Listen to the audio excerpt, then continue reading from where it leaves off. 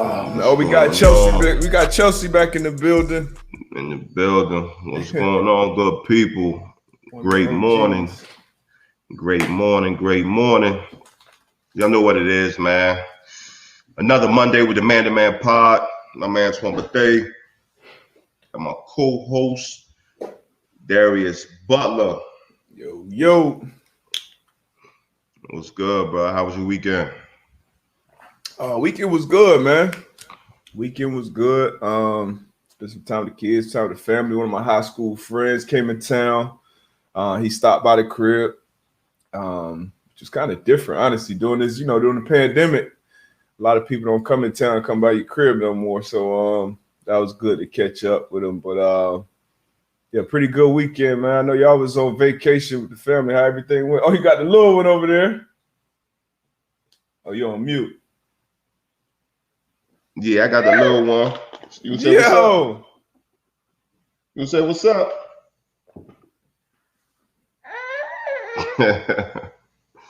Hold on real quick.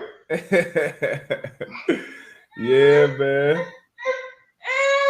Little mama say, I want to jump in on this thing. Gotta love it. Yeah, got to. Love it, man. But yeah, we just got back from vacay, man. So that went well. Kids had a ball. Was able to relax a little bit. So that was good. That was good. I know that was much needed. We back Monday. Are you always been or never been a Monday person? How you feel about Mondays? I think Mondays are different, so just depending on how the weekend went. But I'm always kind of, a guy that really excited to start the week off. So I don't got nothing bad. I don't have nothing bad against Mondays. Yeah, man. I used to not like them so much, but I like them now, man. A fresh start to the week. You come in, obviously you got your weekend, Sunday you try to map. Well, I know now at least I try to schedule out my week as much as possible. And Monday is like a tone setter, drive starter. No, for sure. Yeah, so it's big. Now I remember growing up, though, always hearing adults, Mondays, hated Mondays, but man, shit. I mean, if you adults, you go into a job that you hate, shit, I would hate them. I wouldn't be excited to see a Monday roll around either. You know what I mean? So again, like you said, being able to set your week off in the right form of fashion. So yeah, man. Yeah, man. I see Ash in the building too. Shout out to Ash. Ash, we gotta get you back on the clubhouse in our room, probably on a Thursday. You got to jump back on there, man. Man, that clubhouse, man, like it's jumping, man. One of the top on clubhouse right now. Hey, man, you know what I mean. We was out there. You feel me? Now Twitter, Twitter stepping in and they doing their thing with Spaces, so they trying to steal it. Try to play for Billy to Clubhouse. I think Clubhouse backed out or turned him down. All right, we just gonna knock y'all off then. Man, it's crazy. Like you got these big brands, man, and that's all they're gonna do, man. Is they see something that's going good. Like shit, we can create our own. That's business 101. I feel like we did it shit at the highest level. Playing football, we always talk about copycat leagues. Yeah, and that's what it was with us. We saw somebody doing something that was working around the league. We're gonna be doing the same thing. Yep, you knew next week, or something working against you. You knew that next team was gonna come in and try that same thing. When the Wildcat kind of took off, RPOs, jet motions, whatever it is, man. The crazy formations when Belichick started doing that. Whatever it is, man. Copycat league. These tech companies do the same thing. No, for sure. The same shit. Man, get your creativity up, man. Shit. Cats be stealing that IP. What we got though, man? What went down over the weekend? There's always a slow time in sports. Had the Masters. We did have the Masters, man. The Matsuyama. Did I say his name right? He won the Masters. First one. Make sure Big up to him, man. I know that's a huge accomplishment, being able to throw that green jacket on. Obviously, all the greats before him. So to be able to be mentioned in that class, man, that's big time stuff. Big time. I believe he's the first Japanese player to win, if I'm not mistaken. I think so. Hideki Matsuyama.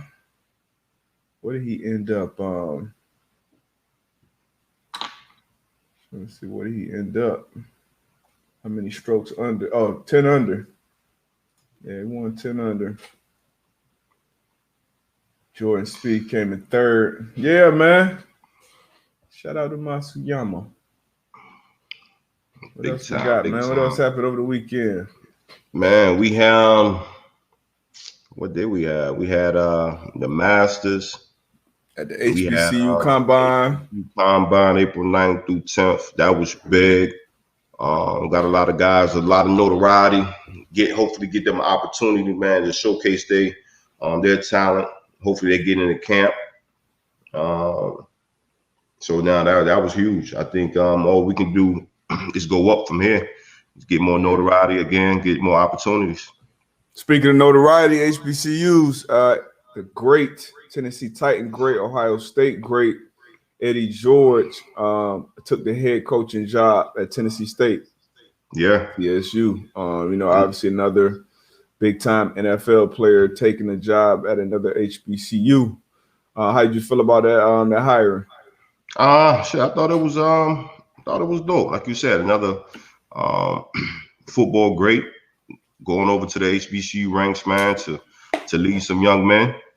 They say, no coaching experience, but I think you could just be a leader of men, and you can get the most out of somebody.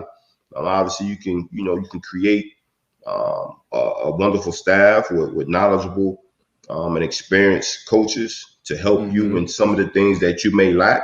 But as far as just his knowledge of the game, I met him, the Miami Super Bowl this past, like 2 years ago. So just, just having short conversation with him, hopefully he goes in there and put them men on the right track. So I'm excited for it.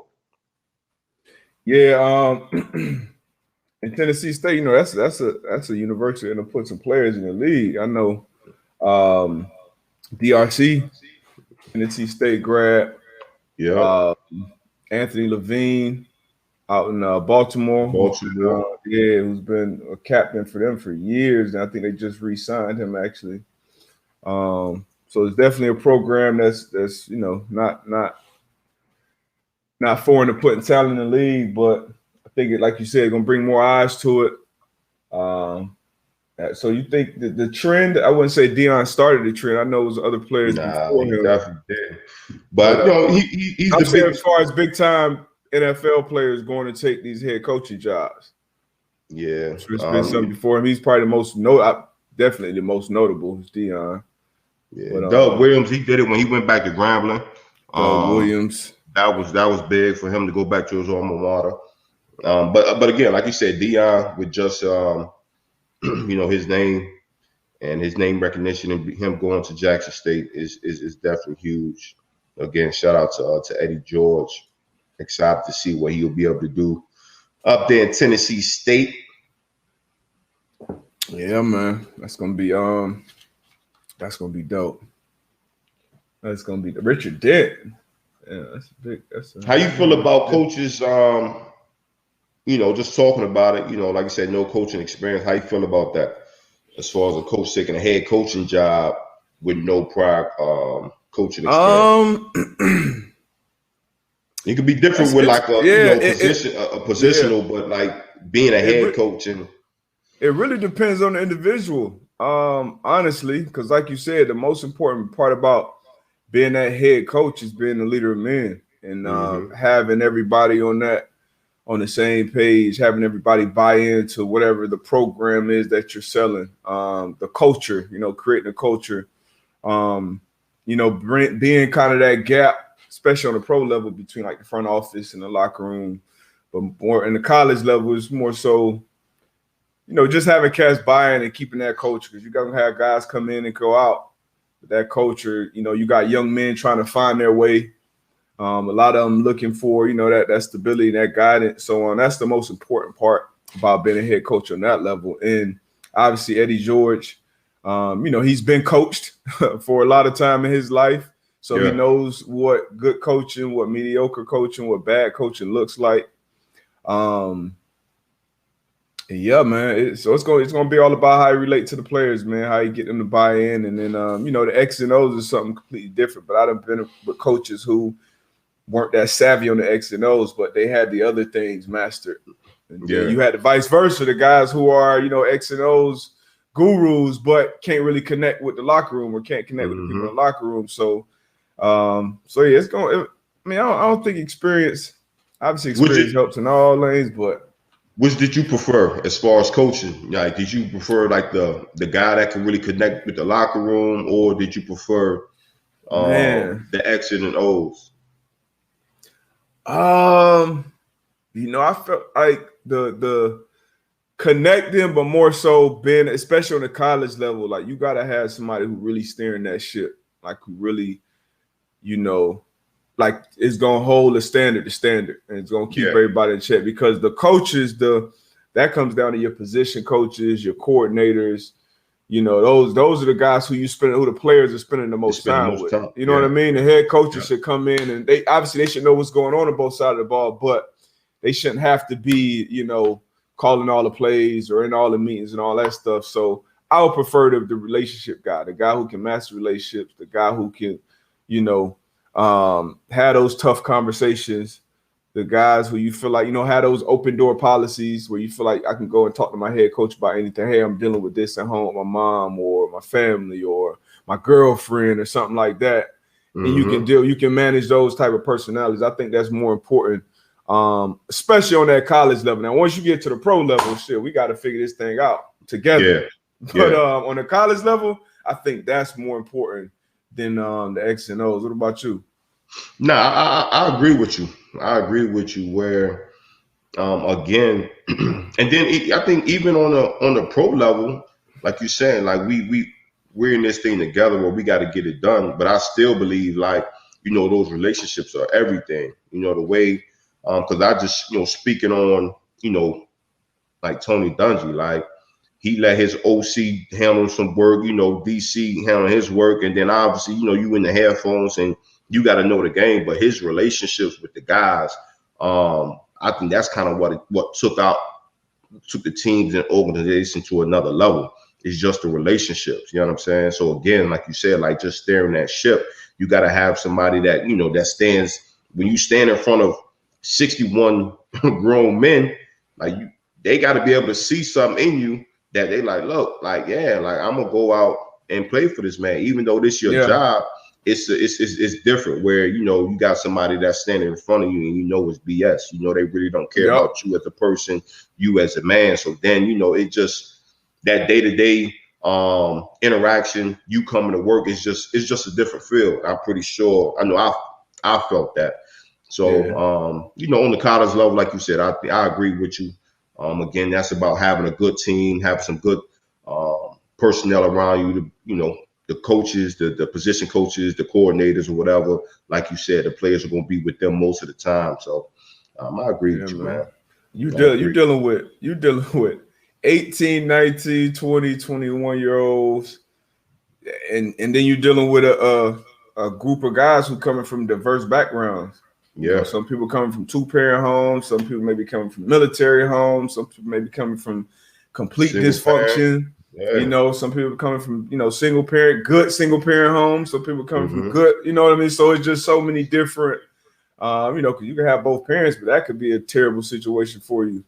As opposed to coming from a single parent home, and that could be a great situation. So you're just dealing with so you got to be able to relate. And honestly, that was one of the conversations I had with one of the alumni once I saw the news. I put it on my I think I put it on my timeline on Instagram.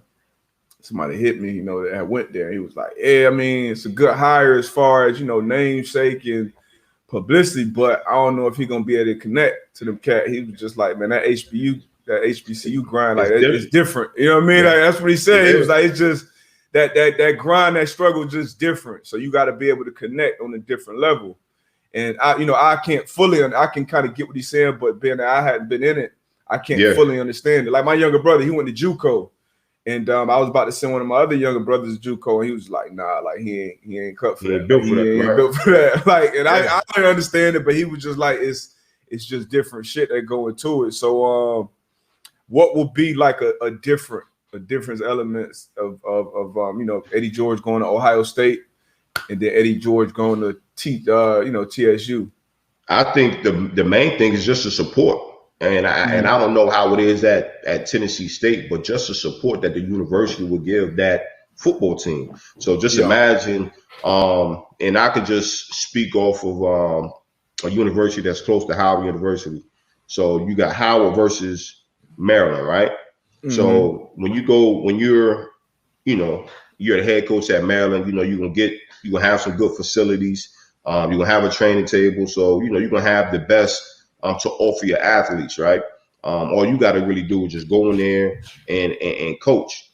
You're gonna have academic advisors. You're gonna have people in the admissions buildings that's gonna help you get everything off the field that's gonna be situated. Where when you go to HBCU, you might not have that.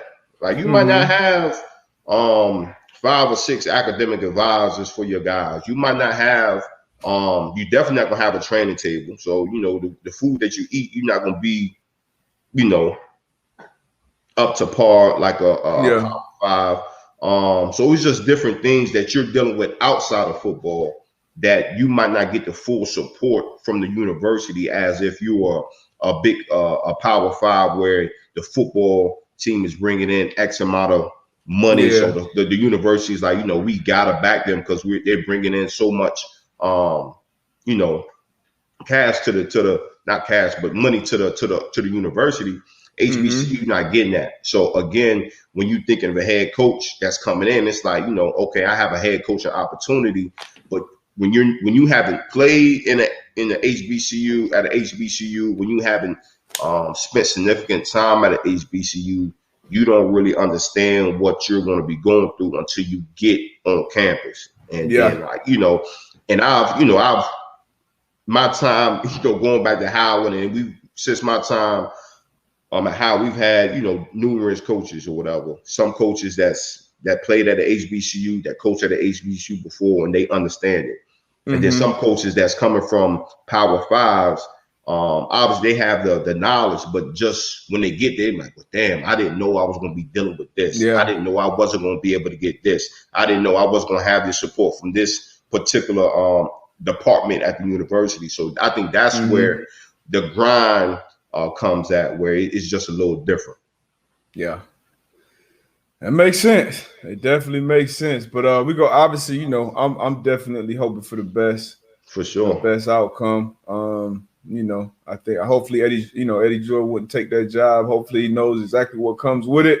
And he gonna learn to adjust like we always do, man. But shout out Eddie George and TSU, man. We lost somebody too, man. Everybody I feel like was connected to DMX. I mean, it was one of those cats that I saw my timeline look like, when Kobe passed, or just people from all different genres, ages. Like I know X, he was one of the people I was listening to, especially like in college. The prayers, he just had a different effect. The movies, classic movies. What's one of your favorite DMX songs or moments? Man, Legends past week. Man, one of my first concert, man, it was a DMX and Jay-Z concert. And this was 90, I think this was 1998, my 9th grade year. But my entire high school, my 4 years in high school was like evolved around like DMX. You know what I'm saying? Coming out to the basketball games, playing X, having the CDs. Like it was all X, you know what I mean? And it was just that hurt that hurt. It was like another, like you said, Kobe, somebody that you kind of felt that you would see kind of grow old.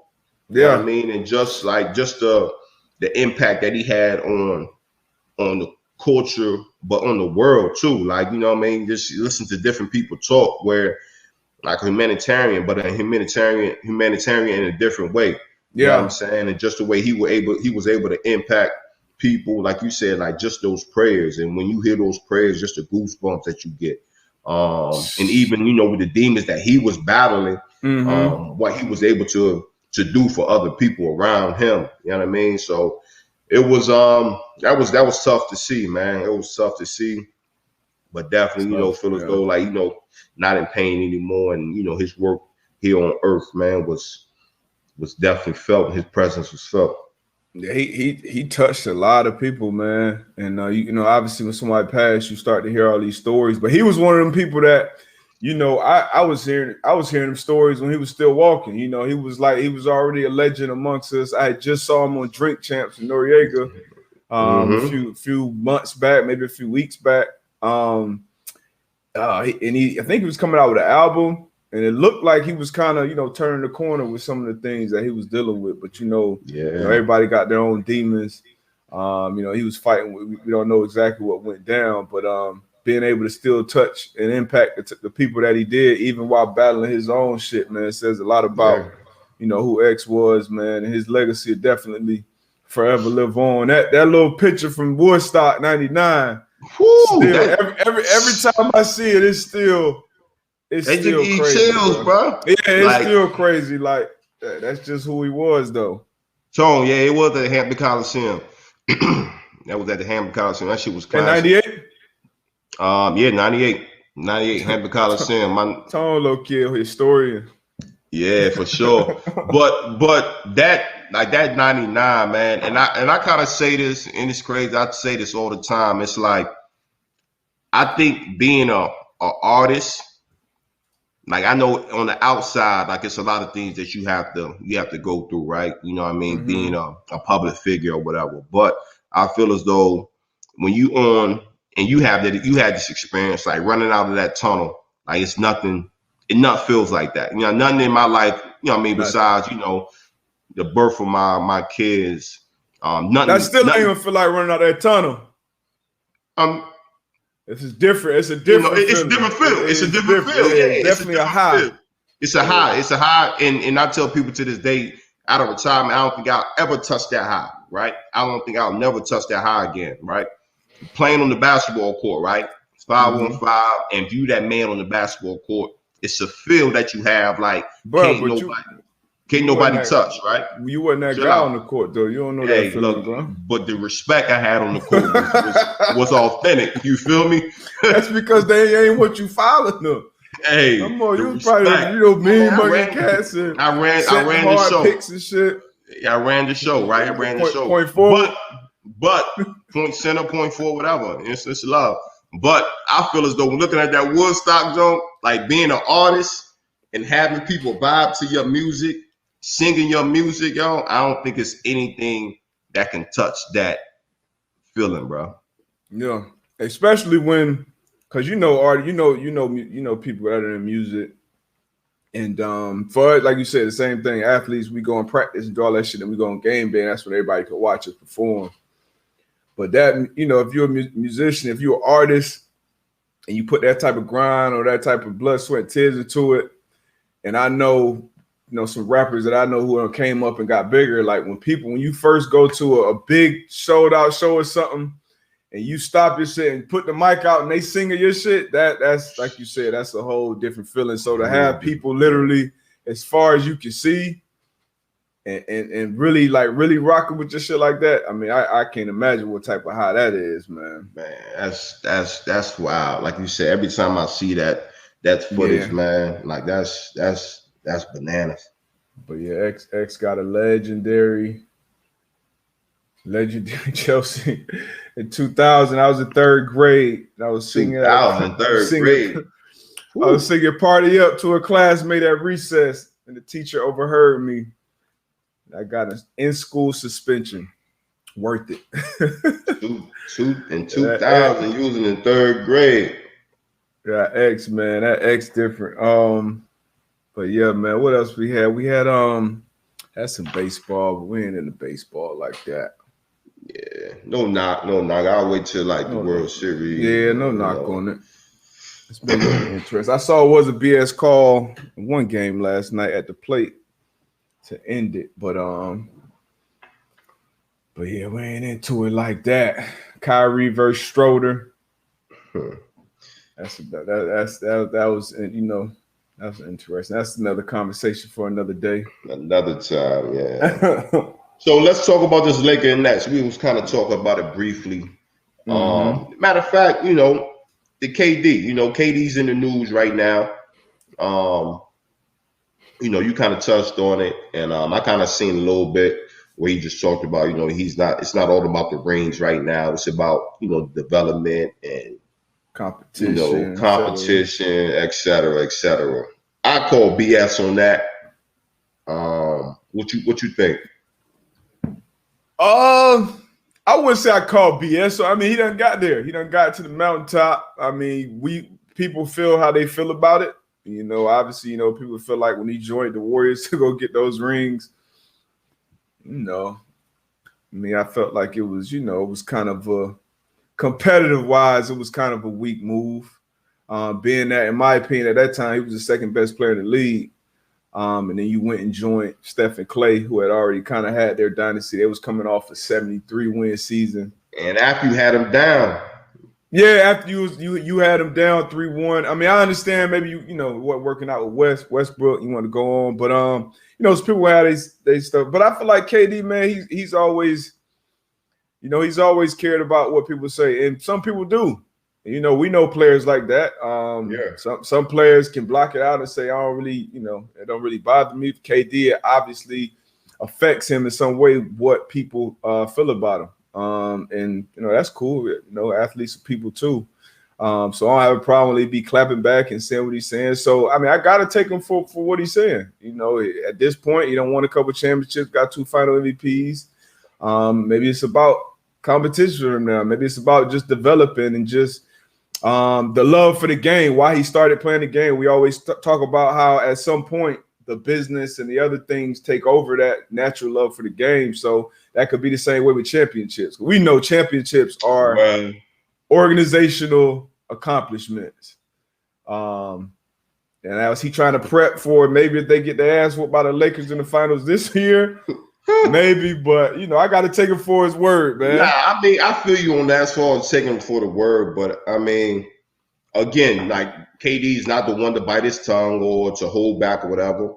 But I just, first of all, this is why we playing the game. We playing the game to win chips, right? So if you and my mom and you like, oh, it's not about chips, man, we got to have a conversation. Like, what you here for then? You know what I'm saying? That's why we playing the game. And then, like you said, like if it wasn't, and maybe the tone is different now. Maybe a few years ago, it was about the chips, right? Now that I got it was obvious you don't join the Warriors. Right? Yeah, you don't join the Warriors unless you So maybe the tone is different since I got mines. It's not about the chips, but now if I'm a teammate and I'm hearing this though, like I'm like, bro, like what we doing this for? Like, okay, you got yours, but it is about the chips. Like it is about the chips. You know what I'm saying? Kate, hard like bro, that's why I came here. All right, but if you Harden and you going out there to hoop, 7, he not gonna play any, not as hard or something like that, or he not gonna, shoot as good, or KD still gonna give you his best effort, but that may just be, it may not be priority number 1 anymore. Why you playing? It's different for everybody, dog. Like some people, I get that. I understand that. I understand it's different for everybody. Like we play the game. Some guys they play the game for the money. Some guys play the game for the fame. Some guys play, for the material things, for the ladies. I get it. I get it. But what I'm saying is, I think we're cut from the same cloth. You're playing because you want to get to the top, as like personal and team wise. You know what I mean? So if you're on my team and you like, AB, like, I don't want no. I ain't really. The chip ain't the number one thing for me. Like, I mean, he said this in an interview though, so it ain't like a one of like you and him talking personally. But for me though, looking at it, trying to see it from KD's standpoint, like when he won his 2 championships, that could have possibly been some of the least enjoyable moments in his life, or least enjoyable time spans in life, because everybody was looking at it and saying, "Oh, you won a championship, but or you did this, but all right, this is the weakest move in sports history. This was that, you know, you hit the big shots, but."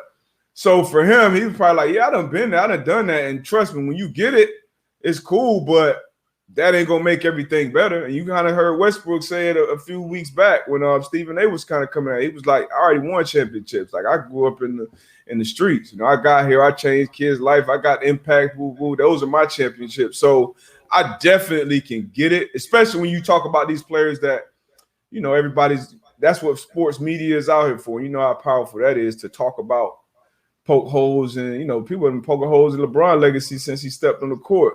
right. So it, you know, just from that standpoint, and obviously, like I said, KD cares about it.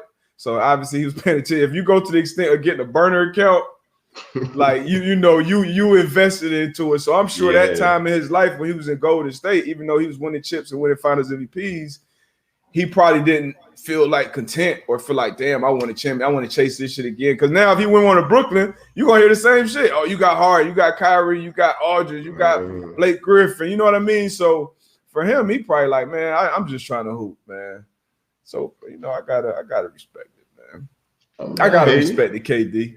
No, I mean, I'm always going to respect you giving, you know, your honest opinion.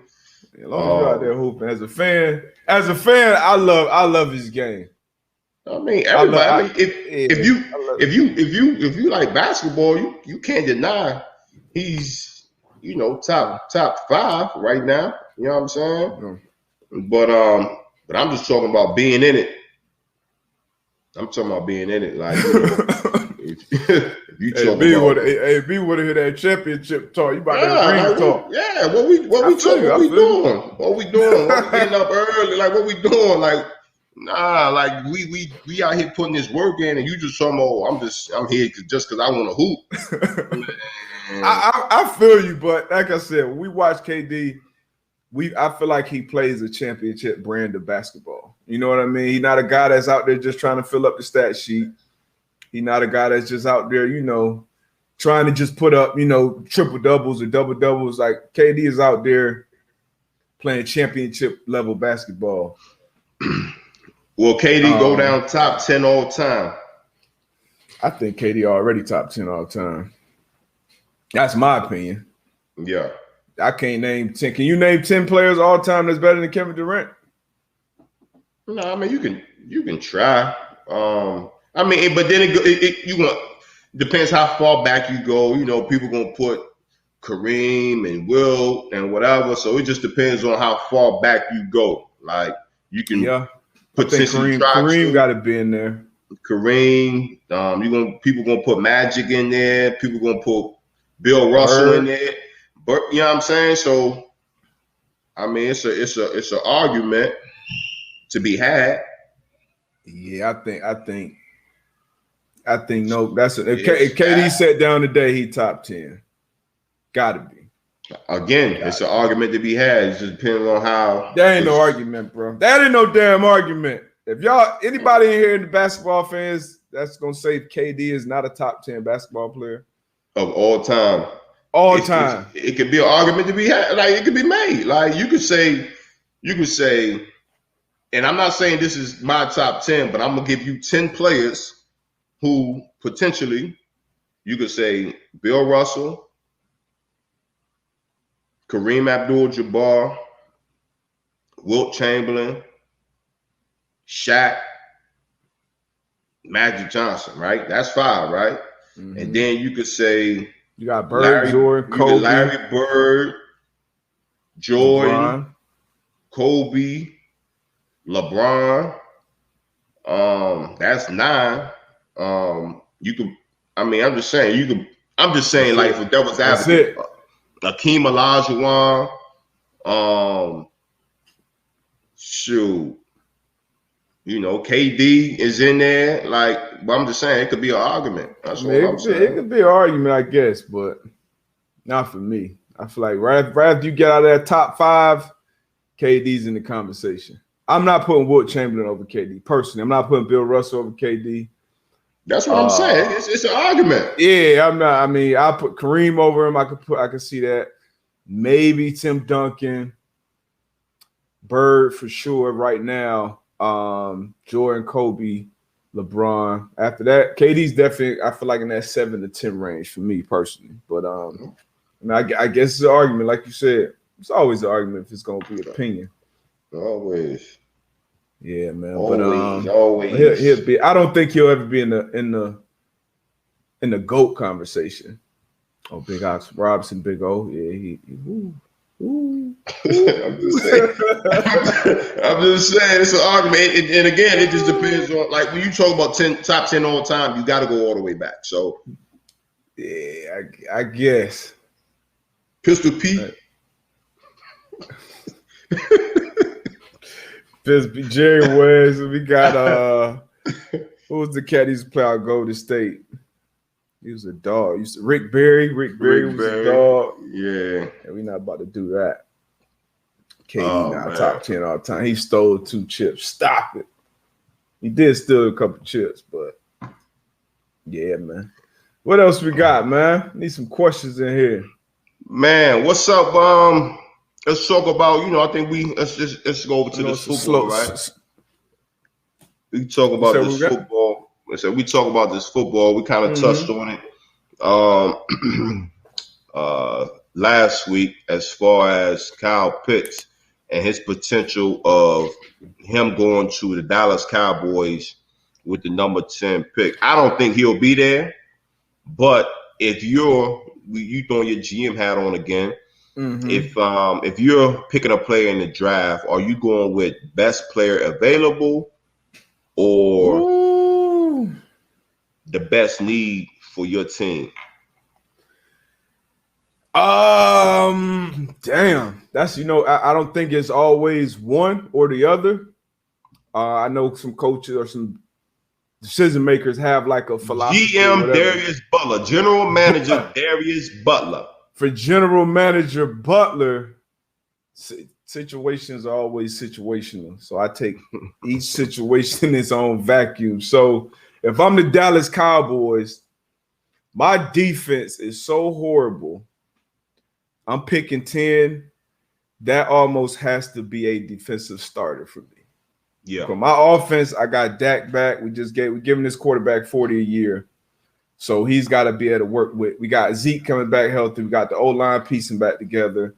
We got probably one of the best receiver units in the league. For sure. While Kyle Pitts is, especially at 10, would be an amazing pick. I think Kyle Pitts is probably the most talented player in this draft.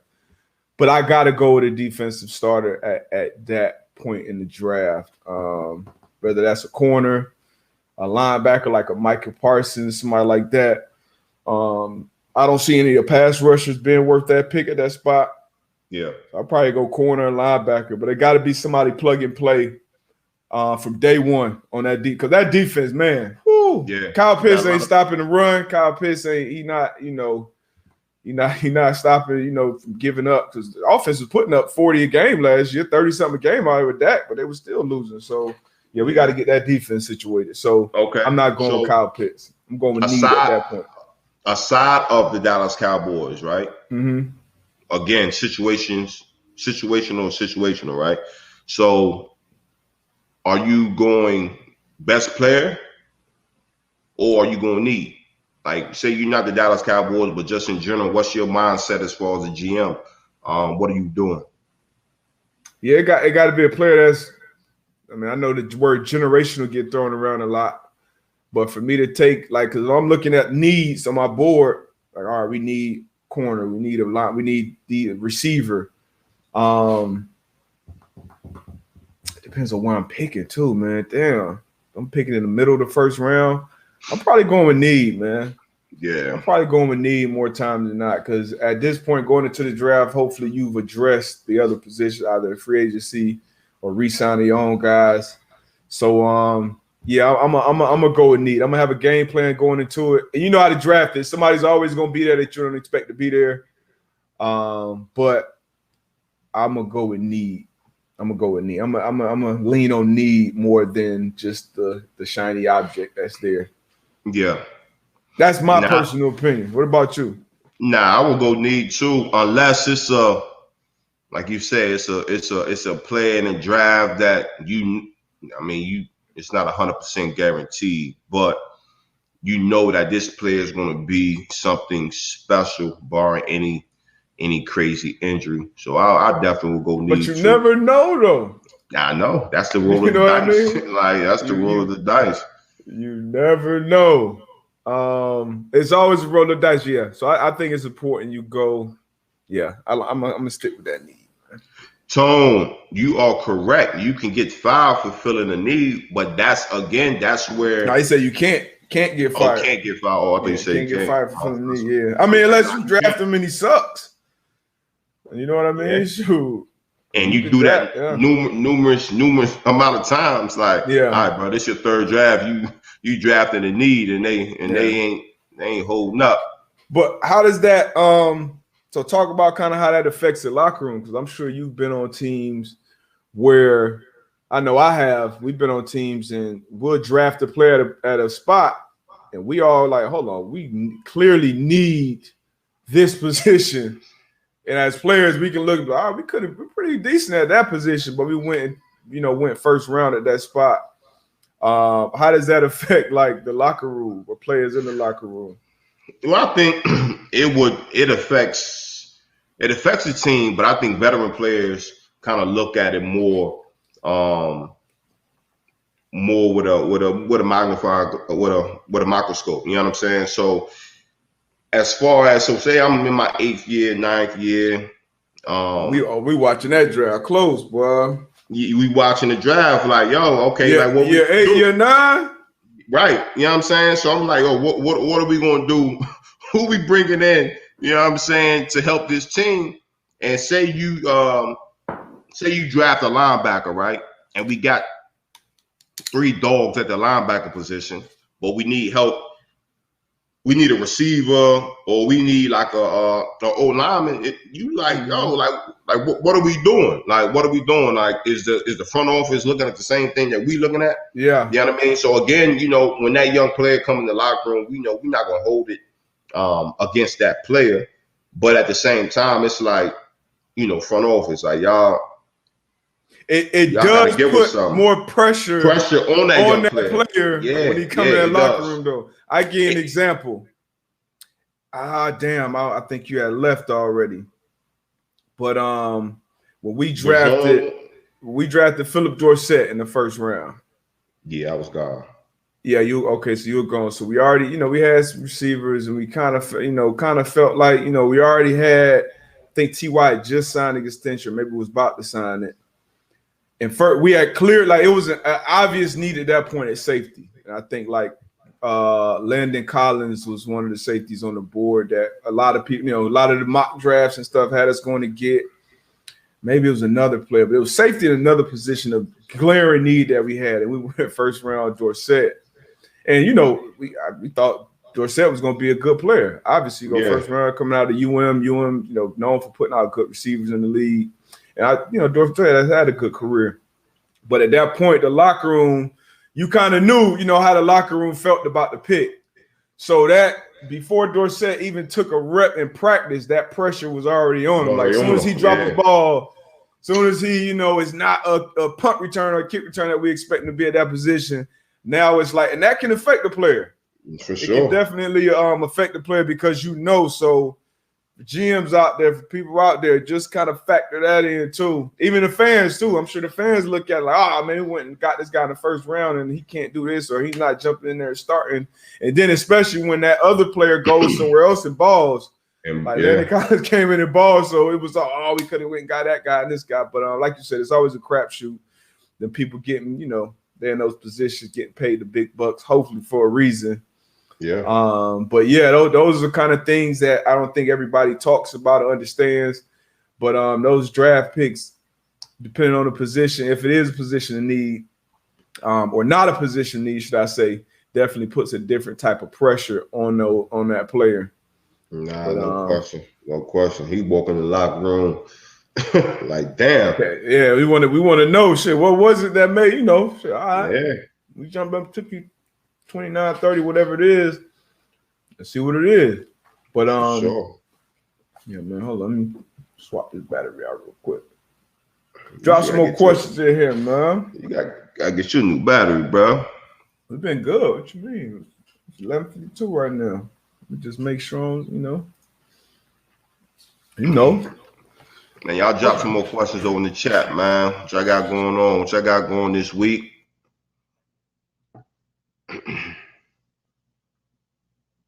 Who y'all want to see y'all teams picking the draft? Put them. I know Chelsea, you said something, but I don't know if you still in here or not.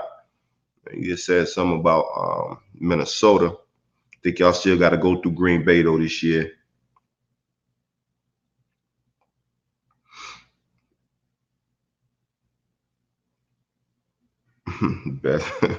Get them right, man.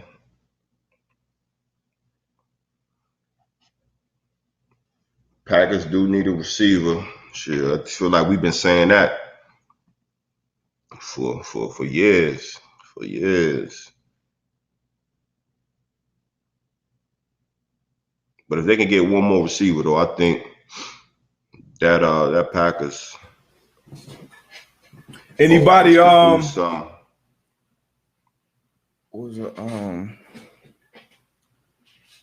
anybody got a chance to watch A-Rod host Jeopardy? I heard he was killing it.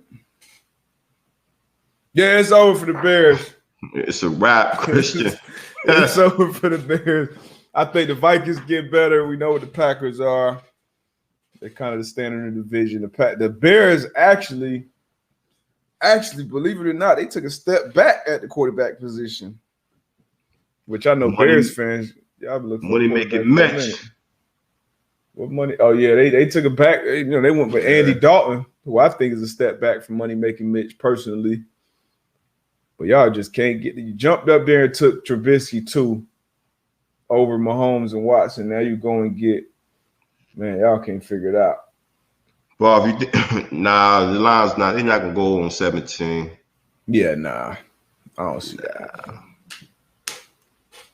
I don't see that happening. So you said the Lions get Trey Lance.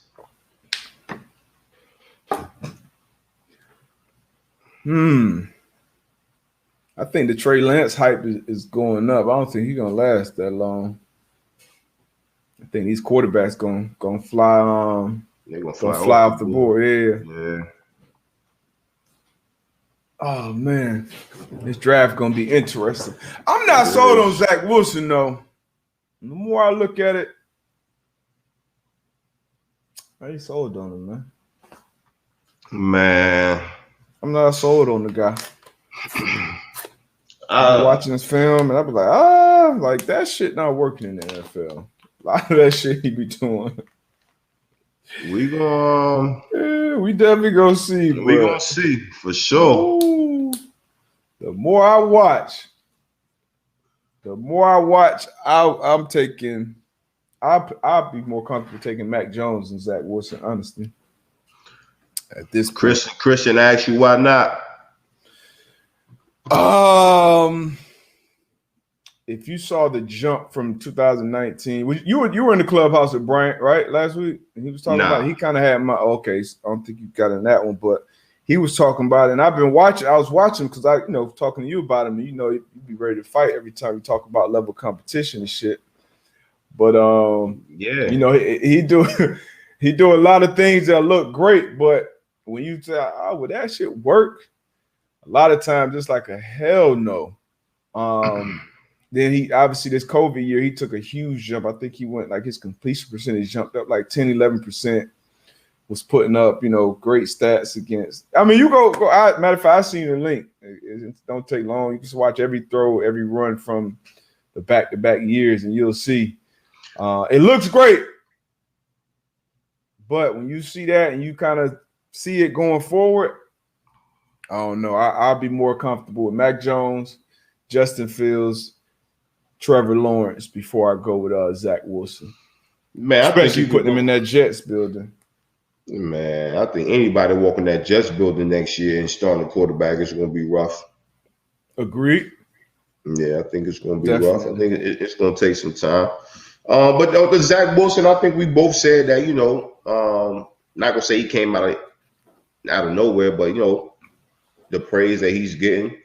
I mean, it's a lot, but the level of play, I'm always going to fight on that. If you're a baller, you're a baller.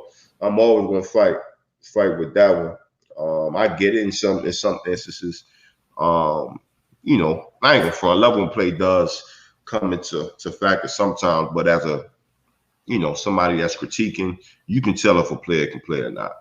You know what I mean? So, definitely, I agree. Yeah. That's what I'm saying. The talent is definitely there, but as we know, talent that's only a part of it. Everybody got that talent, but it's gonna be different. And I'm looking at the pockets he's throwing from too. I'm like, God dang. I got to show you. It's some screenshots where you got D lineman running the opposite way while he's still in the pocket. But damn, you can say the same for Mac Jones though. Like, yeah, you can. Like everything that he's been around is like closest to NFL material that you're gonna get. So like, are you really seeing? I'm like, you're seeing a player because he's producing and he's putting that product out on film. But again, like, are you not seeing him having in unusual situations or whatever the case may be? Yeah, and he was throwing from a lot of clean pockets as well. Obviously, a lot of guys were much more open than he's going to be seeing in the NFL. The thing about it is he's still playing against a bunch of, he playing with and against, a bunch of NFL talent or future NFL talent. And, he has been on some big, championship games, playoff type games. He's at a program that obviously, eyes are on week in, week out. Look, check this schedule out real quick. It's 2020 schedule for Zach Wilson. He had Navy, Troy, La Tech, UTSA, Houston, Texas State, Western Kentucky, Boise State, University of North Alabama, Coastal Carolina, San Diego State, and then UCF in the bowl game. That was his year last year. 33 touchdowns, 3 picks. Who was the highest ranked team? Coastal Carolina was his highest ranked team. That was his worst game. He lost 22-17, 19-30, 240 yards, 1 touchdown, 1 pick. You can only play who you line up against. That's all you can do. His story. Like he ain't go to Miami. He ain't go to UConn. He ain't go to Florida State. You know what I'm saying? So all he can do is line up whoever's the other team that's on the schedule. That's all he can do. Competition, okay. Level of competition, I get it. Am I saying that he's the second best quarterback in the draft? No, I'm not. But when we talk about level of play, I definitely get it. It does come into factor sometimes, but all we can do is critique him on the film that we have on. 2019, he threw for 2,100 yards, 11 touchdowns, and 7 picks. Hey, like I said, I'm not here standing on the table for Zach Wilson. I'm just saying that money might be looking a little funny in the light. He getting a lot of this postseason grad hype, but we'll see what Christian ever say. Mac Jones at 3 makes too much sense. We have evidence he can play well with great infrastructure. That's exactly what San Francisco is. Yeah, it don't make sense to me. I don't see you trading 3 first-round picks, 2 first-round picks to go and get Mac Jones. I don't see that talent being elite like that for 3 like that. You don't go up to number 3 to get a guy who's a good system player or a good like that got to be a difference maker. I don't see that. Yeah. I would love to see Justin Fields in that offense. Woo! I think that'd be great for the NFL. Justin Fields has his second pro day on Wednesday. I think that makes too much sense right there. I guarantee you, we're gonna see by the time we on here next Monday, we're gonna be talking about Justin Fields. I'm already talking about Justin Fields going 3. But I think more people gonna be talking about it. Yeah, I think him and that San Francisco offense, man, I think he would love it. 49ers fans would love it. Everything 49ers would love that pick. I think that would be the ideal situation for him as a player. And just all around. I think that would be the perfect situation. Yeah. Yeah, man. We about to get on up out of here. Probably gonna have an interview for y'all this week. Yeah. And then obviously we're gonna be back Thursday morning. Tesla jumping up. Man, y'all see it on the screen, man. Manscaped.com, 20% off. Use the code man to man. Make sure it's the number 2. Man. Manscaped, man. Y'all tap in with that. 20% off, free shipping. Get right. What else we got? All right, man. Man, y'all have a good rest of the week. Like D-Bud said, man, y'all be on the lookout for this interview. Thursday, we back here, 11 o'clock. Yes, sir. Again, tell a friend to tell a friend. Hit that like button. Subscribe. All that good shit. Appreciate the love. You out of here. Peace.